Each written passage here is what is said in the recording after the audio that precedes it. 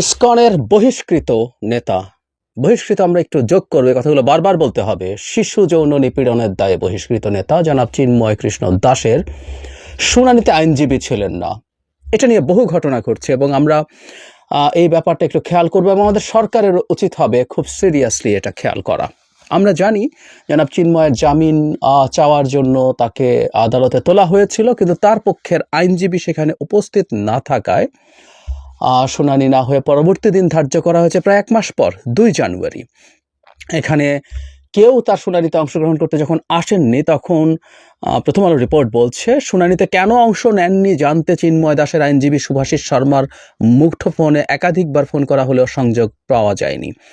আদালত প্রাঙ্গণে উপস্থিত ছিলেন কোতোয়ালি থানার ওসি আব্দুল করিম। তিনি বলেন কোনো আইনজীবী তার কাছে কোনো অভিযোগ করেনি। এখানে অবশ্য সনাতনী যে জাগরণী মঞ্চ আছে তারা ভয়ঙ্কর অভিযোগ করেছেন, আমরা সেই জায়গায় আসব। কিন্তু এর মধ্যেই ভারতের মিডিয়াতে কি ধরনের মিথ্যা প্রোপাগ্যান্ডা হচ্ছে তার ব্যাপারে একটু বলা যাক। যে একজন আইনজীবী আহত হয়েছেন, সেই আহত আইনজীবীকে দেখিয়ে বলা হচ্ছে ইনি চিন্ময়ের আইনজীবী এবং তিনি চিন্ময়ের আইনজীবী হওয়ার কারণে হামলার শিকার হয়েছেন। এটা পরবর্তীতে ডিবাঙ্কড হয়েছে। একটা ফ্যাক্ট চেকিং অর্গানাইজেশন তারা বলছে এটা একেবারেই ঠিক না। আমি একটু পড়ি। রিউমার স্ক্যানারের অনুসন্ধানে জানা যায় রমেন রায় কারাবন্দী চিন্ময় কৃষ্ণ দাসের আইনজীবী নন। আর আইনজীবী রমেন রায় আহত হয়েছেন ঠিকই, তবে সেটা গত রাতে হামলায় নয়। তিনি গত 25 নভেম্বর ঢাকায় সংঘর্ষে আহত হন। ফেসবুক পোস্টে রিউমার স্ক্যানার জানায় বিভিন্ন ভারতীয় গণমাধ্যম এবং এক্স অ্যাকাউন্টে ছড়িয়ে পড়া খবরে দাবি করা হয়েছে রমেন রায় কারাবন্দী চিন্ময় দাসের আইনজীবী। চিন্ময় কৃষ্ণ দাসের পক্ষে আইনি লড়াই করার কারণে তার উপরে হামলা হয়েছে। ইসকন কলকাতার মুখপাত্রের এক্স পোস্টের বরাতে খবরটি সঠিক নয়। খেয়াল করি, ইসকন কলকাতা নিজে এটা ছড়িয়েছে। এটা একেবারে দায়িত্ব জ্ঞানহীন কেউ, কোনো ব্যক্তি তা না, তারা ছড়িয়েছে। এবং পরবর্তীতে আমরা দেখেছি ভারতের বিভিন্ন মিডিয়ায় রিটুইট তো হয়েছেই, বিভিন্ন মিডিয়ায় এটা আসলে দেখানোর চেষ্টা করা হয়েছে। পোস্টে রিউমার স্ক্যানার আরও বলছে রমেন রায় যে চিন্ময় কৃষ্ণ দাসের আইনজীবী নন সেটা সনাতনী জাগরণ জোট ও রিউমার স্ক্যানার নিশ্চিত করেছে। আচ্ছা, এখানে সনাতনী জাগরণী জোট আবার জনাব চিন্ময়ের আইনজীবী না পাওয়া নিয়ে একটা ভয়ঙ্কর অভিযোগ করছেন। সেটা হচ্ছে থাকতে দেয়া হয়নি। আমি একটু পড়ি। ইতিমধ্যে চিন্ময় কৃষ্ণ দাসের পক্ষে যেসব আইনজীবী অংশগ্রহণ করেছিলেন তাদের মধ্যে 70 জনকে মামলায় আসামি করা হয়েছে এবং অন্যদের বিভিন্নভাবে হুমকি দেওয়া হচ্ছে, যা সম্পূর্ণ আইনের শাসন ও মানবাধিকার লঙ্ঘনের শামিল। মামলার আসামি হতে পারেন কারণ ওই দিন আদালত চত্বরে যে কেওস তৈরি হয়েছে, যে মব তৈরি হয়েছে, তার মধ্যে আইনজীবী থাকার সম্ভাবনা অবশ্যই আছে এবং যেহেতু মামলা হয়েছে থাকতেই পারে। কিন্তু তারা বলছেন হুমকি দেওয়া হচ্ছে। এটা ভয়ঙ্কর ব্যাপার। বিবৃতিতে তীব্র নিন্দা, প্রতিবাদ, চরম উদ্বেগ, ক্ষোভ ও হতাশা প্রকাশ করে সরকারের পাশাপাশি আন্তর্জাতিক সংস্থার সহযোগিতা তারা কামনা করছেন। বিবৃতিতে বলা হয়, 3 ডিসেম্বর চট্টগ্রাম বিজ্ঞ মহানগর দায়রা জজ সাইফুল ইসলামের আদালতে বাংলাদেশের সম্মিলিত সনাতনী জাগরণী জোটের মুখপাত্র চিন্ময় কৃষ্ণ দাস ব্রহ্মচারীর জামিন শুনানি ছিল, কিন্তু চিন্ময় কৃষ্ণ দাস ব্রহ্মচারীর পক্ষে কোনো আইনজীবীকে আদালতে অংশগ্রহণ করার সুযোগ দেওয়া হয়নি। একজন আসামির পক্ষে আইনজীবী নিয়োগ আইনের বিধান, সেখানে সনাতনী সম্প্রদায়ের একজন ধর্মীয় গুরুর আইনজীবী নিয়োগের ও শুনানিতে বাধা দেওয়ার ঘটনা বিচার বিভাগকে প্রশ্নবিদ্ধ করে। শুধু তাই নয়, ওনারা বলছেন শুনানির আগে আদালত চত্বরে মিছিল করে সনাতনী আইনজীবীদের অংশগ্রহণ না করার জন্য হুমকি দেওয়া হয়েছে এবং শুনানি করতে এলে তাদের দেখে নেওয়ার প্রকাশ্য হুমকি দেওয়া হয়েছে। আমরা খুব বিস্তারিত আর দরকার নেই, আমরা বুঝতে পারছি কি অভিযোগ করছেন। তারা হিন্দু ধর্মের একজন গুরু বলছেন। আমি সনাতনী জাগরণী জোটকে আবারও এই প্রশ্নটা করতে চাই, শিশু যৌন নিপীড়ন নির্যাতনের অভিযোগে বহিষ্কৃত একজন হিন্দু সম্প্রদায়ের নেতাকে তারা নেতা মেনে এই আন্দোলন করছেন এবং তার পক্ষে ক্রমাগত দাঁড়াচ্ছেন। তবে হ্যাঁ, জনাব চিন্ময়ের আইনজীবী পাওয়ার অধিকারের পক্ষে আমরা খুব কঠোরভাবে আছি।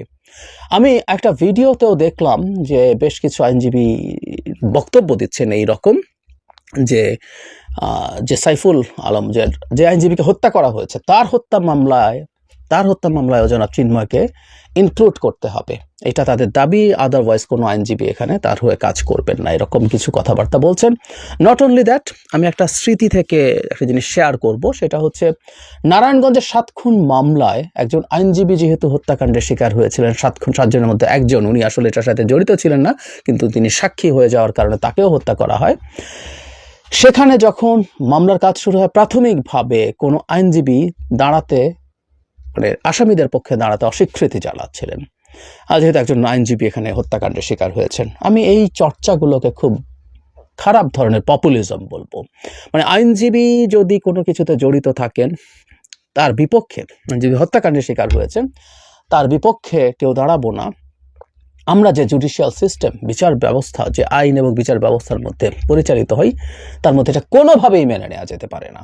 সবচেয়ে ভয়ঙ্কর অপরাধীটারও আইনি সাহায্য পাওয়ার সুযোগ আছে। এমনকি অভিযুক্তর যদি ভিডিও থাকে, আমরা ধরে নিলাম যেখানে তো তথ্য প্রমাণের ব্যাপার আছে, সরিয়ে রাখি, যে একটা ভিডিওতে দেখা গেছে কেউ কাউকে খুন করছে, একজন আইনজীবীকে খুন করছে, তারপরও যিনি অভিযুক্ত, যিনি আসামি, তার পক্ষেও আইনজীবী দাঁড়ানোর অধিকার শতভাগ আছে, থাকতে হবে।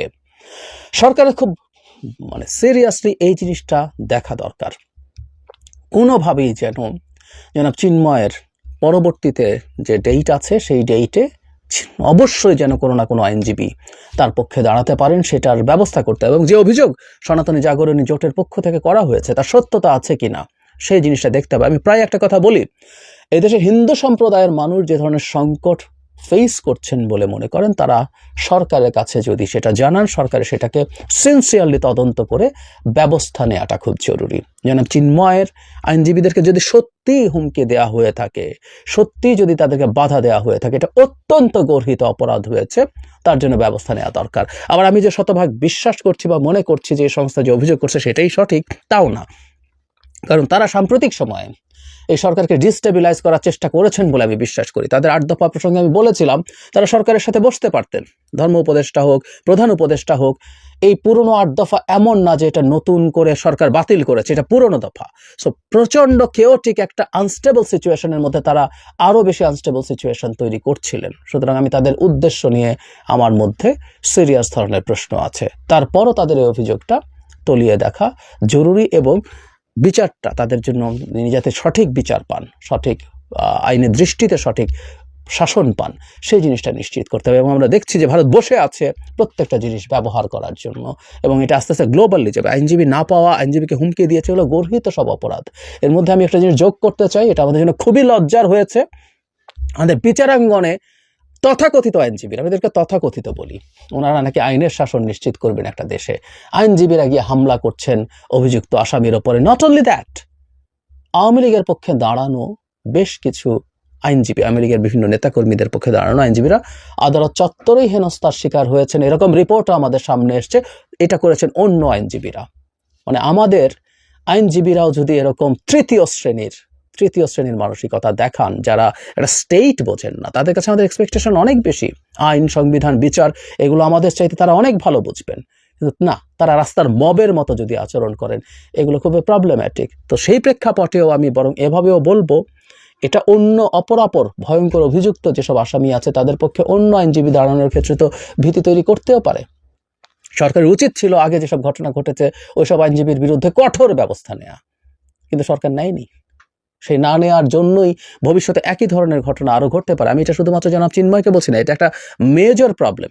বাধা দেওয়া হয়েছে কিনা সেটা দেখা দরকার। বাধা না দিলেও যেসব আইনজীবী তাদের পক্ষে দাঁড়াচ্ছেন, আওয়ামী লীগ বা সরকার বিরোধী যেসব মানুষের পক্ষে দাঁড়াচ্ছেন, তাদের কাউকে যেহেতু হেনস্থা হতে হয়েছে, এই সাহস অনেকে নাও করতে পারেন। খুব অন্যায় হবে না, খুব ভুল হবে না তারা যদি এই সাহস করেন, তারা যদি বলেন যে আমি এই কারণে হচ্ছি না। খুব দ্রুত সরকারকে এই ব্যাপারে ব্যবস্থা নিতে হবে। অত্যন্ত ন্যূনতম একটা মানবাধিকার, সাংবিধানিক অধিকার, আইনের দৃষ্টিতে সবার সমান এবং সবাই আইনের সমান আশ্রয় লাভের অধিকারী সংবিধান বলছে। সেটা যদি হয়ে থাকে, সেটা নিশ্চিত করা সরকারের দায়িত্ব, এবং যেখানে যেখানে হচ্ছে না। এবং প্লিজ আমাদের আইনজীবী যারা আছেন, তারা ফালতু তৃতীয় শ্রেণীর অ্যাক্টিভিজম করবেন না কোর্টে। আপনাদের কাজ এসব অ্যাক্টিভিজম না, কিছু অ্যাক্টিভিজম করবেন, কিন্তু আইনজীবী যাবে না, আইনজীবী কেন দাঁড়াবে, ও যাও ওকে পেটাও, এগুলো নোংরামি, স্রেফ নোংরামি। Don't do this please.